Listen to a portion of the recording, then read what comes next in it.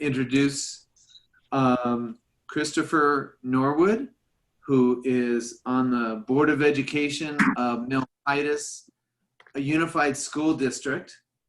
And Chris would like to talk about what his district's doing along the ideas of peace and Siri, turn nonviolence. down, turn off. What? Chris, would you like to begin? Sure, and thank you for the opportunity. Sure. We're very excited. Milpitas Unified School District is proud to be the first K-12 public education member of the GKGI, and we hope that our contributions and insight will have impact for years to come. Just to give you a little bit of background about the city of Milpitas Unified School District, we serve over 12,000 students and adult learners. We have 10 elementary schools, 2 middle schools, 2 high schools, 1 adult ed school, 2 child development centers, and a community college within our community. The city of Milpitas, the population is 67% Southeast Asian, which includes the Indian population, 16% white or Caucasian, 8% other, or 5% of one or more races, 3% African American. Now, it's important to note that although the community is only 3% African American, there are some significant contributions or things that have come out of Milpitas for the African American community.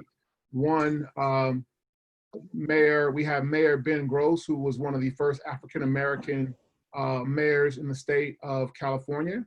And then we also had a community called Sunny Hills. And Sunny Hills, historically, it was the first planned integrated community in the United States where multiple cultures came together. Sunny Hills community is still one of the most diverse communities within the city of Milpitas today. So that's just a little bit of background of the city of Milpitas and the Milpitas Unified School District. The way that Milpitas Unified School District approaches this context or this conversation around peace is multifaceted. One, because we are a very diverse community, we have relationships with all of the elected officials in our region. In October 24th of 2019, Assemblymember Kansen Chu hosted an interfaith dialogue introducing what he calls the Assembly Bill of introducing California to be the first compassionate state in the Union. So one of the ways that we're viewing the work around peace is working with the local elected officials.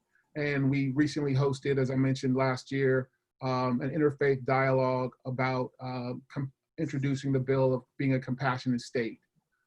Within our school systems, we have a program called the Peace Builders.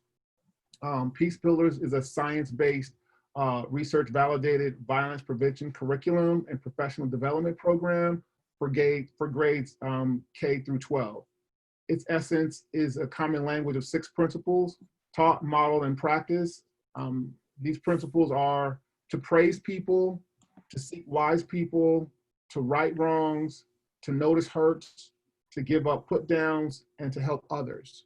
So a number of our schools at the elementary school levels teach these on a constant basis, while on the one side, we're talking about peace, but on the other side, in the context of dealing with young children in public education, there are initiatives around anti-bullying, being good citizens, and also being able to work together. Along with the Peace Builders, we also have restorative circles for our middle school and high school programs.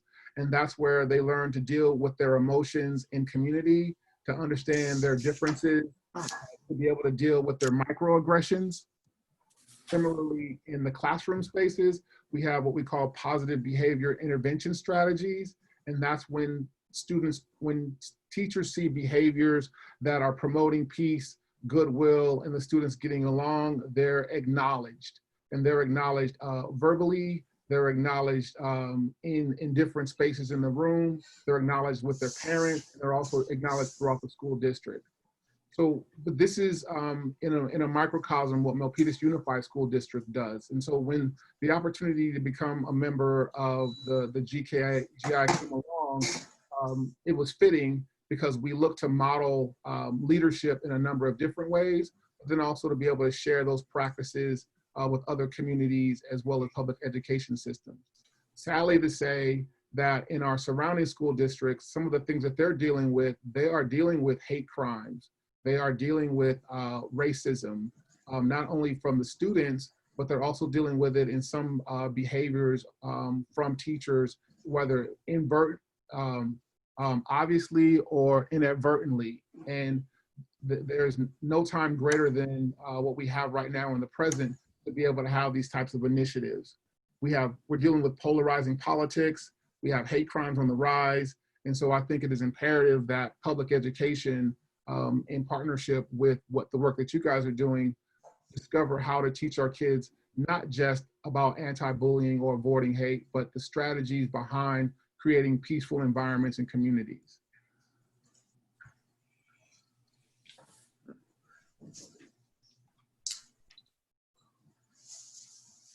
Well, Christopher, you just mentioned the citizenship issues.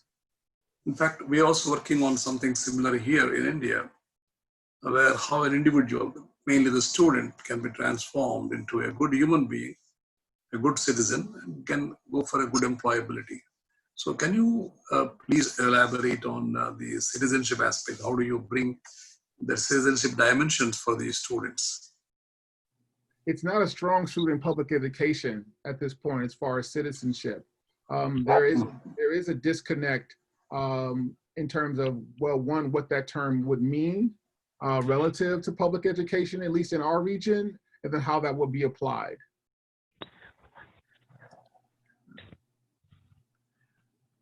Christopher, can you elaborate on the teaching of values such as inclusiveness and nonviolence and respecting others and respecting differences and things like that? Sure. So in the Milpitas Unified School District, and I would say that Milpitas is unique in comparison based on the background that I shared with you, but we do see a need because sometimes there are kids that come from other school districts or other locations into our community and they have to adapt. Similarly, when students from Milpitas Unified School District go out into the world, they're really facing a culture shock. We have African-American students or students of African ancestry easily able to communicate with students of other ethnicities, but it's not commonplace from where they're from. So bringing your conversation back around, Milpitas Unified School District, one of our strategic goals is this thing that we call the culture of we. And I'm gonna see if I can figure out this screen share piece to be able to show you a little bit about that.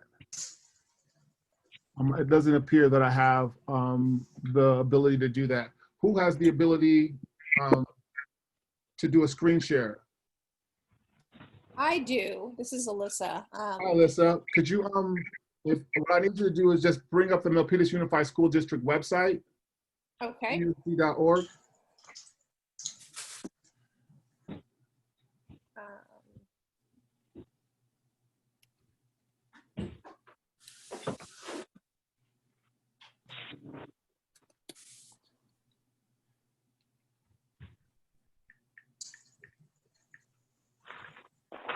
While we're waiting for that, Christopher, can I just ask, this is Sure. David Gangan from South Africa. Can I just ask, well, what provisions are being made in terms of the curriculum for what you've been saying? Peace and nonviolence and all that stuff. Where in the curriculum is it? So the primary focus of the curriculum in public education are the core subjects: reading, writing, arithmetic. There are elective courses. There is a move in the state of California towards ethnic studies in terms of being cultural awareness and sensitivity. But this concept that we're reviewing, that you guys are, I don't want to call it a concept because it's a reality of peace, isn't embedded in the curriculum in terms of any of the courses. There are electives, but we do not have any electives at this time. And my goal, one of the goals that I have in learning from this organization is, one, could there be a course that could be offered at Milpitas Unified School District around what we're talking about? Okay. So, yeah, you can click off that. Thank you. That's what I want to show. May I ask a question, please? Yes. All right. I have not worked in the States, but I've had colleagues from the States. And the picture that I'm seeing in front of me, nurturing a culture of we, is this the kind of school you would say is in the inner city? Because both, well, I wouldn't say both my colleagues, but I'd say from both ends of the spectrum, color-wise, they said that one of the biggest problems that they faced is the culture of you people. Now, when, you know, from what they've told me, and I say this with all due respects to what you're saying, they've made it seem as if that the schools that we have in South Africa, the majority of the schools are very similar to the inner city schools that are in the States and that they've worked in. And we often used to exchange stories, you know, when we taught young adults, and when the behavior used to go crazy, the group from the US, and I was the only one from South Africa there, we used to say, we've seen worse at home. So, you know, they can take out their knives and do what they want to us. It's quite fine, we can cope with it. So this curriculum, etc., that you're talking about, is it being applied in what I understand as an inner city school, or is it a different type of a school district? Can you please clear that up for me? Because majority of our schools here would fall into what I understood as inner city schools. Yes, and you bring up a great point. What you're seeing in terms of how I describe Milpitas Unified School District is really it's based on the history of the city, the community, and its leadership. And particularly one of the roles that I play, and that's being on the Board of Education.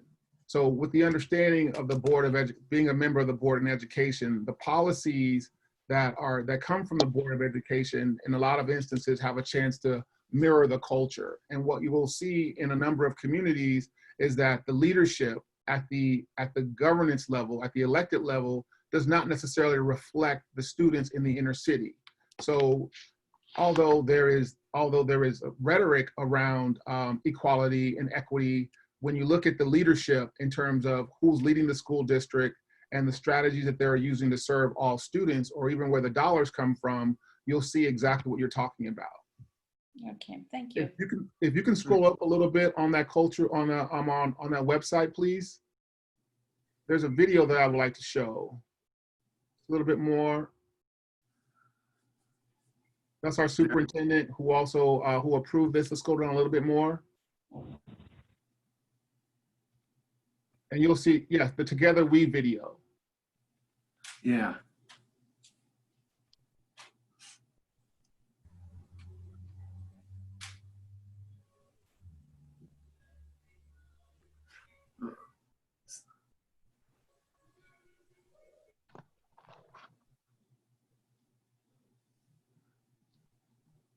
Is there sound?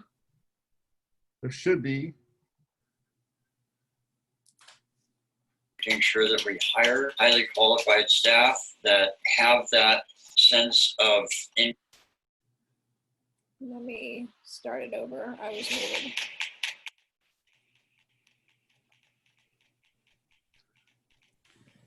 Find the culture of MESD as inclusive. That you can pull people with different hobbies and interests together through the many different events that they provide, many different opportunities. we do a great job of making sure that we hire highly qualified staff that have that sense of inclusivity.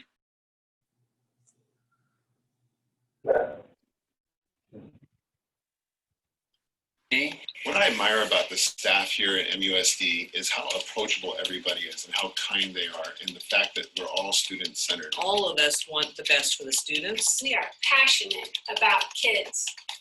MUSD is a melting pot of different nationalities, socioeconomic backgrounds, gifts, skills, and talents. I work with other leadership students to create activities on campus that are catering to all different groups on campus because we are a very diverse student body. So we try to make sure that we have certain activities each year that entail to each of the different groups on campus.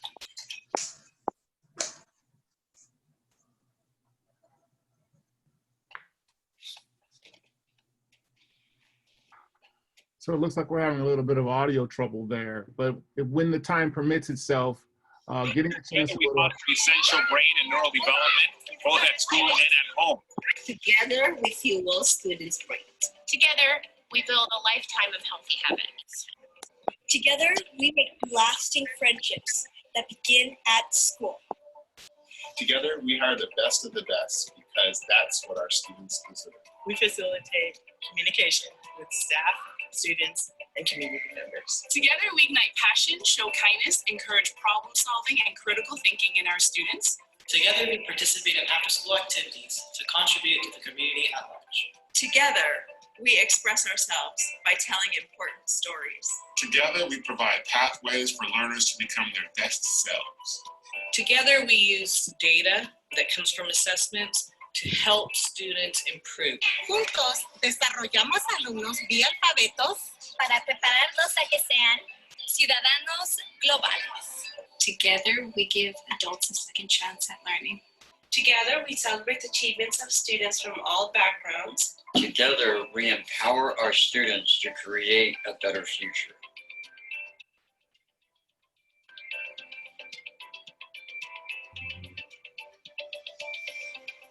Together, we are leaders. Let's make this the best year ever. Hashtag Milpitas Strong. Also at USD Family.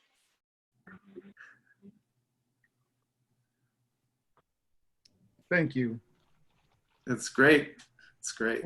So when we talk about, when I saw the GKGI opportunity or the information pass by, I knew that this was something that would allow us to further the work that we do in Milpitas Unified, but also be able to share this work in the Santa Clara County as well as other parts of the Bay Area, because it's more than what we're talking about here is more than a curriculum. It's a commitment to understanding and respecting of other cultures. And then when you have that understanding and respect of other cultures, you are moving in a specific direction to be able to address certain things or challenges that we have in a global society. Hello. Hello. Yeah. I just wanted to kind of get back to Shanta's question about whether this is an inner city situation. In no respect, I think you would agree, Christopher, that Milpitas is not an inner city situation.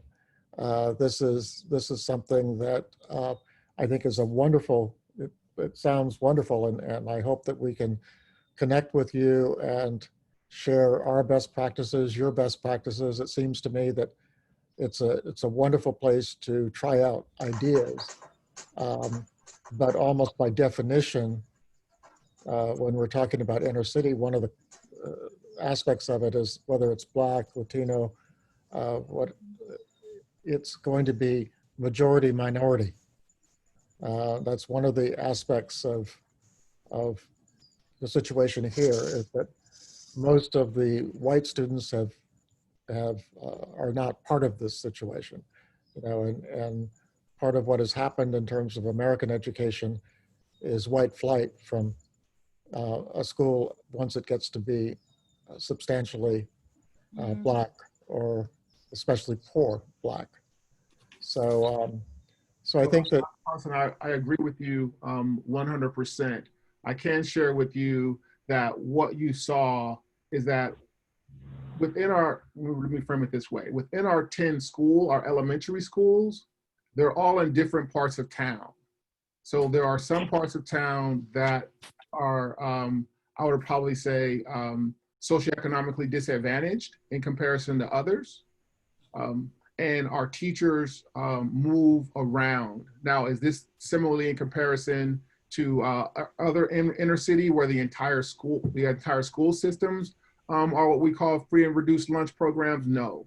We can say that 33% of our population is free and reduced lunch programs, but they are not, a significant portion of that group is of Latino and African American descent. But in terms of what you're referring to specifically, as far as some of the inner city challenges that are being faced around the world, no, that is not Milpitas, not in that sense. But we do have our pockets, which we are intentionally focused on to make sure that they have the opportunity to believe that they can succeed in any environment.